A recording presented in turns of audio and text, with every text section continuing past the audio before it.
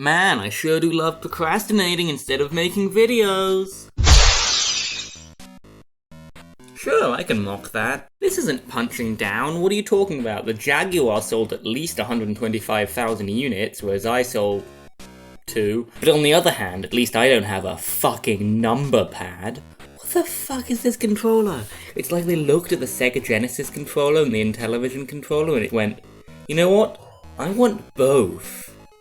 Actually, it's designed perfectly. After it deforms your hands, you can dial 911 right from the system. Anyway, Atari, you know, before we get into this, I think I should give you a little history lesson on the console itself and the company behind it, and how such a respected name in gaming got to this point. So Atari is mainly known for their first console, the 2600, with such games as E.T. the Extraterrestrial.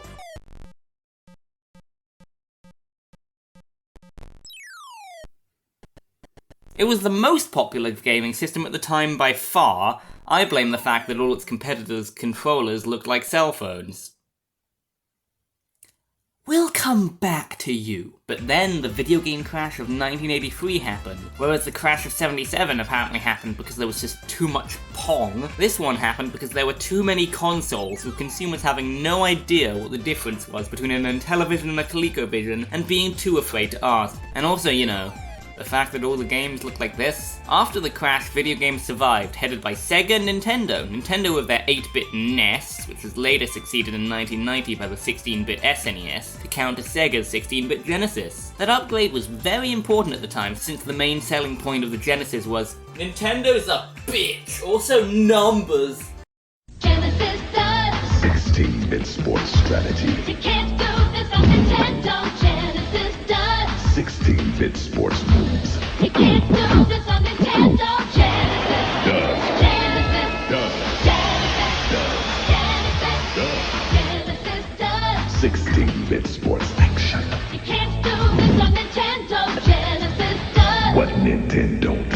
The 16-bit Genesis system by Sega. Genesis does it all. Write that down! Write that down! I'm pretty sure these ads were the reason anyone knew what the fuck bits even were. Even after Nintendo released their own 16-bit SNES, the Genesis continued to be a significant rival to Nintendo by making games that specifically used hardware the SNES didn't have, continuing to take the piss out of Nintendo, especially with mature content like their version of Mortal Kombat, which was uncensored, and even their CD add-on was way more successful than most people realize. Meanwhile, Atari was trying. Atari may not have recovered from the crash of 83, but they weren't done yet. Similarly to how the Titanic technically didn't sink until 2 hours after it hit the iceberg. You see, I think Atari might have taken the wrong things away from the success of the Genesis, since it seems like they were thinking, all we need to do to succeed is to call every other gaming company a little bitch and have a bigger number than everyone else. And they weren't fucking around. Atari loves numbers. That's why they named 3 consoles after them. So, they decided to make a console bigger and better than everyone else's. A console with the biggest numbers. It had 64 bits. It killed its younger sibling, the Panther, as a child. It had state-of-the-art multi-chip architecture that actually just made it difficult to develop for. And most importantly, it had a 32-bit processor that's not 64. I find it hilarious that the first Atari ads use the slogan, "Do the maths," when... Guys.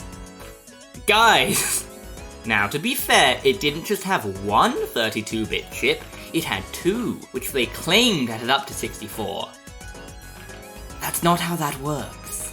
That's like duct taping 2 people together and claiming to have discovered the world's first 4-armed man. If Sega calculated their specs like this, the Saturn would have 112 bits on the box. And that's a quote I stole from Wikipedia, who stole it from someone else. Look, the way bits work is that the more a computer has, the bigger numbers it can comprehend. Which is why the laptop I made this on doesn't have any more bits than an N64. Because computers don't typically need to deal with numbers bigger than this. If you have 2 kids who can count to 10, they can't count to 20 just because there's 2 of them. It was pretty clear that Atari only cared about a big number and almost nothing else of this system, since their marketing focused on number big instead of any of the actual games or, you know, actually making a system that anyone could fucking make games for. This goddamn thing was notoriously difficult to program for, meaning not only did barely any games come out for it, but the games that didn't look futuristic at all. I mean, just look at Cybermorph, the Jaguar's pack-in title, next to Star Fox 64 for the Nintendo 64.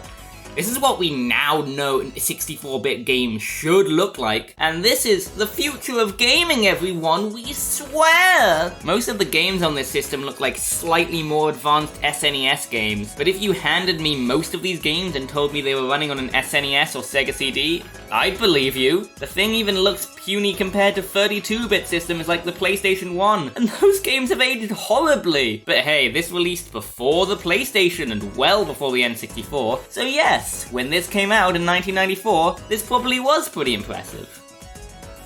The PlayStation came out in 1995. Atari was the future of gaming for about 5 minutes before the future caught up with them and they just weren't ready. The Jaguar was already trapped in what I like to call the software black hole cycle, where the system has no games, so nobody buys it. And nobody wants to spend time and money developing games for a system that no one owns, but no one wants to buy a console that isn't getting any games. And the cycle continues until the system flops. This is especially common with systems that were hard to develop for. Guess who? So when the PlayStation 1 and Sega Saturn came out, Atari had no choice but to change their tactics to try and save the system, dropping the price by a whole ass $100 and marketing it as the budget alternative to the other next generation systems. God damn, the people who paid full price for this thing day one expecting a first class ticket to the future of gaming, they must have been sobbing. Almost as much as the Atari executives were. Did I mention that it cost $250 at launch?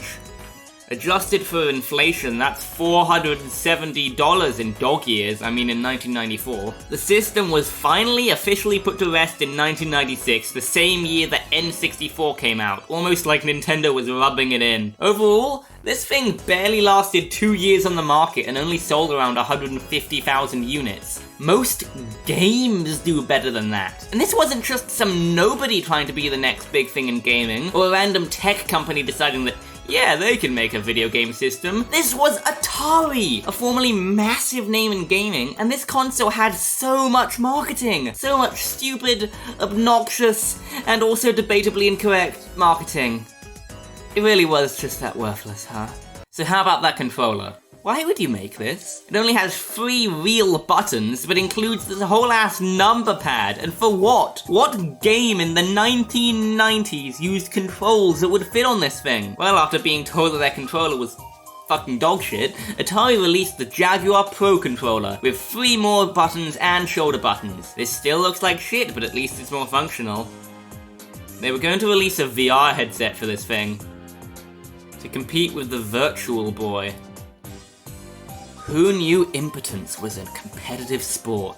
Honestly, I expected this video to be longer. Maybe that's just because I couldn't play the games due to emulators being weird, but it's also probably due to the fact that the Jaguar lasted only a little over 2 years before the real first 64-bit console showed up and killed it, so like...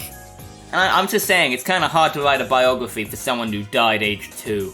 I hope you liked this little history lesson at least, I guess. See you in the next video. In 10 years. Because that's how long it takes me to make videos. Because I'm lazy. Ending.